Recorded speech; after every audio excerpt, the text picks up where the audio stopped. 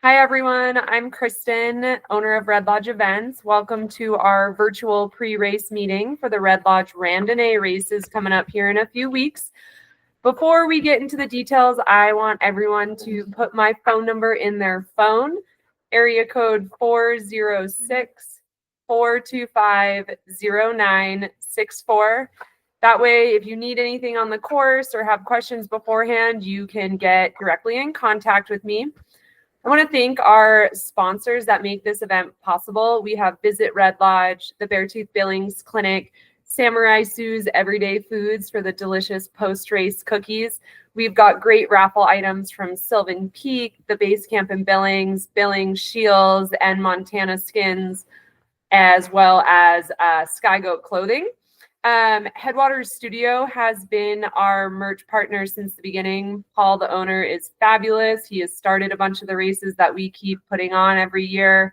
From 2 pieces to 1,200 pieces, he is your guy for all of your embroidery, print, and screen printing needs. Headwaters Studio has been our merchandise partner from the jump. You probably have seen Paul on the race course the last couple years kicking butt. Anything from 2 items to 1,200 items, screen printing, embroidery, and so much more. Paul is your go-to person over at Headwaters Studio. We also can't forget Red Lodge Ales. The amount of beer that these folks have donated to us over the past years is incredible. From pre-race check-in, post-race celebrations, and everything in between, we simply love Red Lodge Ales. And our most important sponsor of the Red Lodge Randonnee races is Red Lodge Mountain itself. Without their permission and support from parking volunteers and maintenance staff all the way up to ownership, we wouldn't have a Randonnee race. And the generosity they show giving short and long course racers this year a full lift ticket to ski around after you race is just super awesome. And we're really stoked that Red Lodge is such a great partner for us. Those of you that have raced with us before know that we're a pretty low-key race company and we love a challenge, but what we love more is having fun. And this race is no different. Our biggest goal for the Red Lodge Randonnee races is that everyone has fun and crosses the finish line safely. While our prizes are great, they're definitely not worth getting hurt for. Our snowpack is thankfully better than it was last year, but that doesn't mean there aren't sharks out there lurking underneath. We try to avoid them with the course, but always be heads up. Our course operates with special permission from Red Lodge Mountain. Any uphill skiing outside of this race must follow their uphill policy, including purchasing a pass, signing a waiver, and wearing your uphill armband. Red Lodge Mountain, the Red Lodge SkiMo Club, and ourselves work really closely to educate users and strike a balance of uphill travel with mountain operations. And everyone's respect and cooperation is paramount to that success. Okay. There will be people on this course with featherlight gear and spandex, and there will be folks that are using hand-me-down 15-year-old gear who have never done a SkiMo race before. I want to be clear that there is a place on this starting line for everyone, regardless of your skill and experience. The only people that we can't have are jerks. Our races are all for fun. We want the sport to grow. So give high fives, hoot and holler at each other, courteously step out of the way if somebody wants to pass you. And if someone's hurt, please stop and help them. While you're at it, that applies to course volunteers, Red Lodge Mountain staff, and the general public that will be skiing at Red Lodge Mountain. Be nice, say thank you, adhere to all directions, posted signage, and public skiers always have the right of way at all time on our course. If you have a bone to pick or you're mad about something, you took my number down at the beginning of this video, go ahead and use it. Please, please, please do not take your frustrations out on any course volunteers or anyone else involved with the race aside. An extensive list of our rules and equipment are listed online, but we're going to go through a couple of the important ones. First off, your lift ticket or season pass must be with you at all times. If you lose it or forget it before you toe the starting line, we can't replace it and you won't be able to race. Helmets are required to be worn at all times, even on the ascent. Brakes, leashes, or retention devices are required for skiers. Boot pack sections require your skis and board to be affixed to your pack with a minimum of 2 attachment points, and your skins must always remain affixed on the boot packs. Skins must be fully put away either inside your jacket or in your pack before descending. Split boarders are not required to collapse their poles for descents. Take extra care in transitions to secure all your gear so nothing goes flying down the hill or gets lost. No outside support from friends or family or crew. No stashing gear, and absolutely no littering. Even the top of your goo packet, if we find out you're littering, you're DQ'd. If you do not make a cutoff, you must check in with a course volunteer before you exit the course. Same as if you choose to drop and don't want to ski anymore, please let us know, whether that's a course volunteer or calling me directly. For equipment, we allow alpine touring, telemark, and split board gear. No snowshoes, Nordic skis, or snowblading, no matter how cool that is. No, none of that allowed. We do follow basic SkiMo equipment rules. So for skis, your toe and heel piece must be the same brand, a minimum ski length of 150 centimeters for female and 160 centimeters for male. All skis and boards must have metal edges. You need to have 1 pair of skins with you on course. You can bring a spare if you'd like.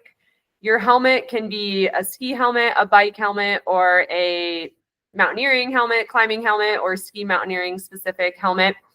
Your backpack must be at least 10 liters and have 2 attachment points for your skis or board.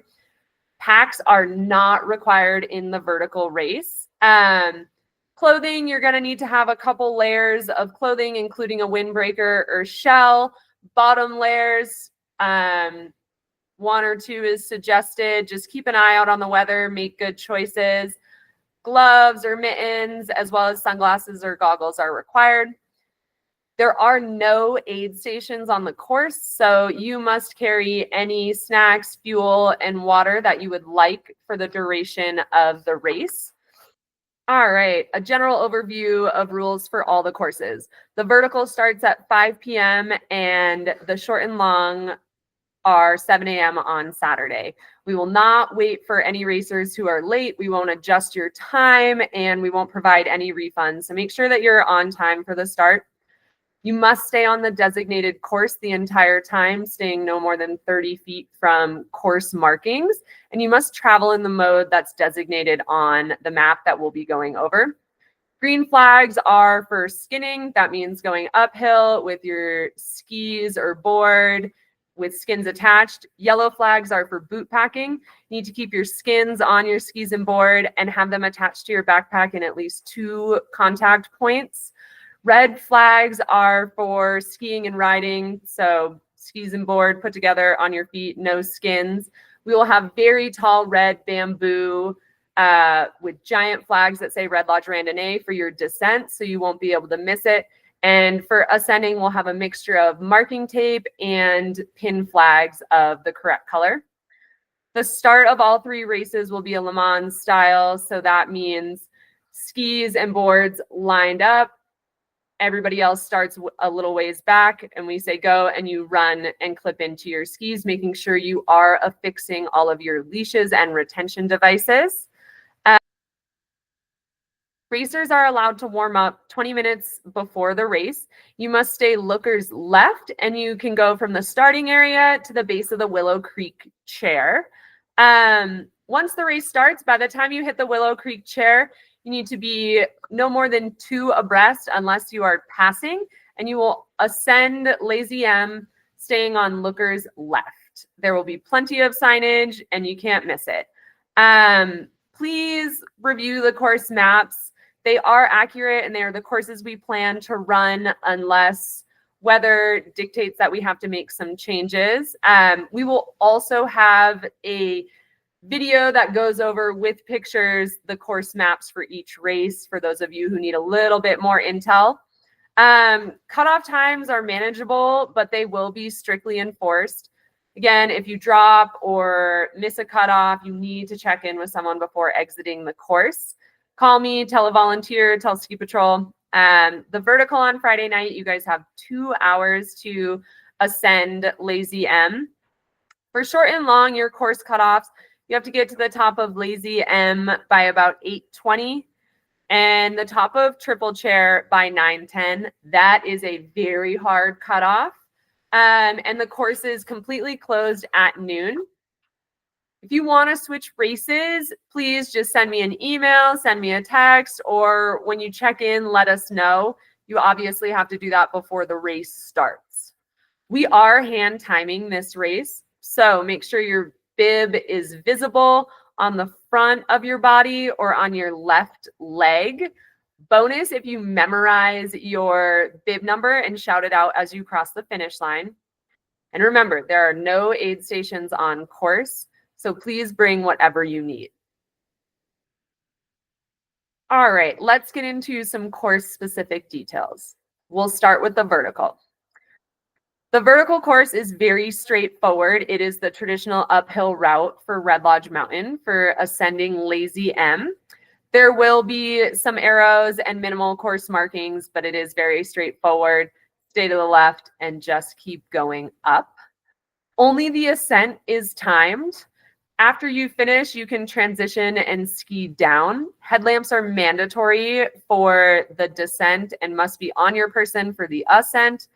When skiing down, please ski in control and stay to the skier's left to make sure that you're not interfering with other folks that are finishing up their race. Once you get to the bottom of your descent, you must check in with our volunteer. They will be right where you started at the starting line. Just check in so that they know you have gone up and down safely. Vertical results will be posted on Friday night after the race, but awards will be announced on Saturday with the short and long course awards at 2 p.m.